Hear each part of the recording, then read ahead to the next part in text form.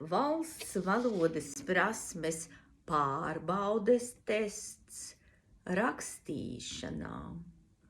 Augstākais līmenis C2. Pirmais uzdevums. Pārveidojiet dotos vārdus citu vārdšķiru vārdos un ierakstiet tukšajās vietā atbilstošā formā. Paraugs. Tukumā pilskalnā kādreiz reizē bijusi pils.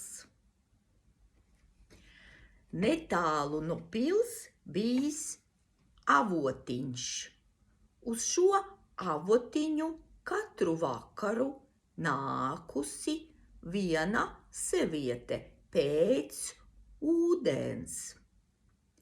Kādu vakaru, kad sieviete patlaban liekusies smelt ūdeni, viņa redzējusi, ka no pils iznāk melni ģērbta sieviete un nāk tieši pie viņas. Melnā sieviete piegājusi pie viņas un iekavās pirmais komats. Vai viņa negribot katru vakaru nākt uz pili un tur padarīt visus, iekavās otrais, darbus, komats, viņa liks. Bet par visu to, lai nevienam nestāsta. Sieviete visu to apsolījās darīt. Tā tas gājis ilgu laiku bez kaut kādam trešais vārds iekavās.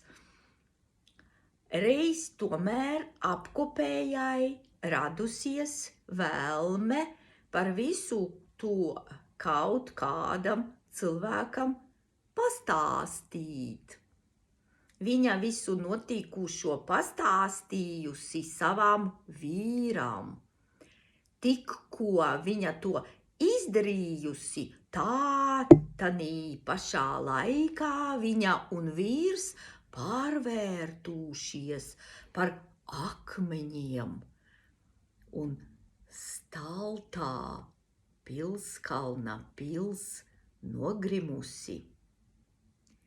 Stāsta, ka vēl tagad, ja vakarā iet pār to vietu, kur agrāk atradusies pils, tad varāt ceturtais vārds ar vaidus, kuri nāk no pils, piektais vārds. Un tagad vārdi, kuri bija doti. Pirmais – prasīt.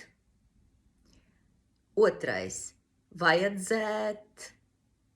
Trešais – pārmainīt. Ceturtais – dzirde.